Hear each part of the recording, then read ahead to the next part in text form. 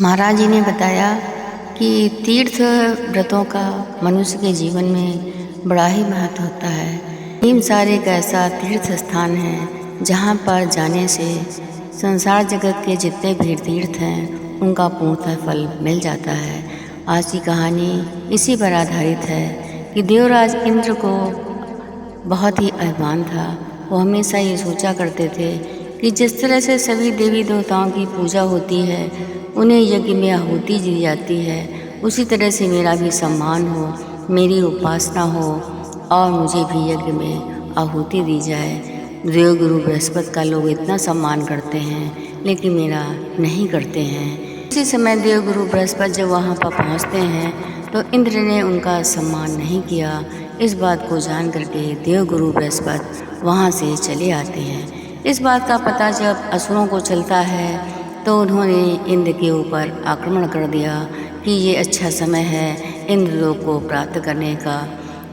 कुछ दिनों के बाद जब असुरों ने इंद्र के ऊपर आक्रमण किया तो इंद्र को अत्यधिक प्रायश्चित हुआ और वो ब्रह्मा जी के पास गए कि ब्रह्मा जी आप हमारी रक्षा कीजिए, असुर हर समय हमें परेशान करते रहते हैं।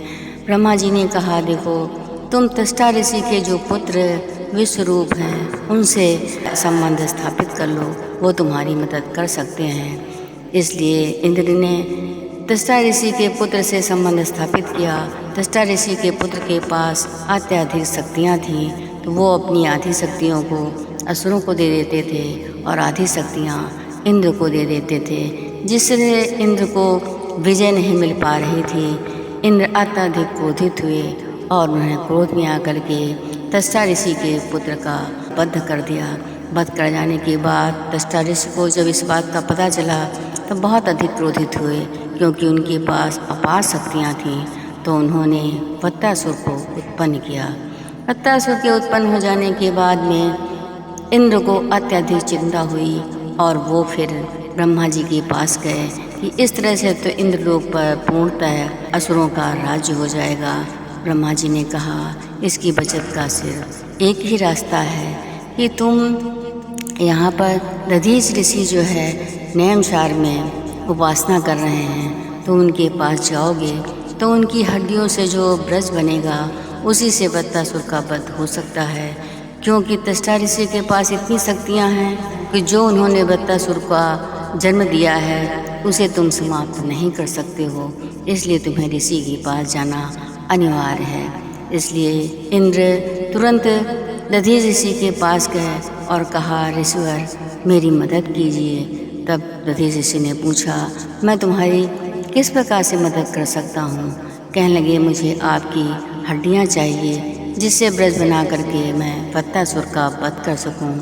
दधीच ऋषि ने कहा कि शरीर को त्यागने से पहले मैं समस्त तीर्थों का दर्शन करना चाहता हूँ, और जब तक मैं समस्त तीर्थों का दर्शन नहीं कर लेता इंद्र तब तक मैं अपने इस शरीर का त्याग नहीं कर सकता। इंद्र ने कहा ऋषिवर आप किसी बात की चिंता न करें, मैं सारे तीर्थों को यहीं पर उपस्थित कर दूंगा।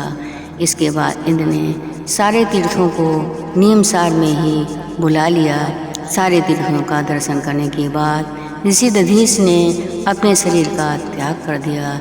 शरीर का त्याग कर देने के बाद इंद्र ने उनकी हड्डियों से ब्रज बनाया और ब्रज बनाने के बाद वत्तासुर का वध कर दिया। वत्तासुर का वध हो जाने के बाद इंद्र को अब किसी बात का डर नहीं रह गया था, क्योंकि उन्होंने वहाँ पर असुरों को चढ़ाई करने से मना कर दिया था। अब इंद्र के पास ऐसी शक्तियाँ थीं कि असुर उनके ऊपर कोई भी आक्रमण नहीं कर सकते थे। इसके बाद महाराज जी ने कहा संसार जगत में ऐसे ऐसे ऋषि मुनि उत्पन्न हुए जिनकी हड्डियाँ बड़े बड़े असुरों का वध करने के काम आईं। हमारे समाज में ऐसे ऐसे ऋषि पाए जाते हैं जो देश की रक्षा के लिए, समाज की रक्षा के लिए, अपने शिष्यों की रक्षा के लिए अपने शरीर का त्याग तक कर देते हैं। प्रेम से बोलो परम संत श्री ठाकर सिंह महाराज की जय।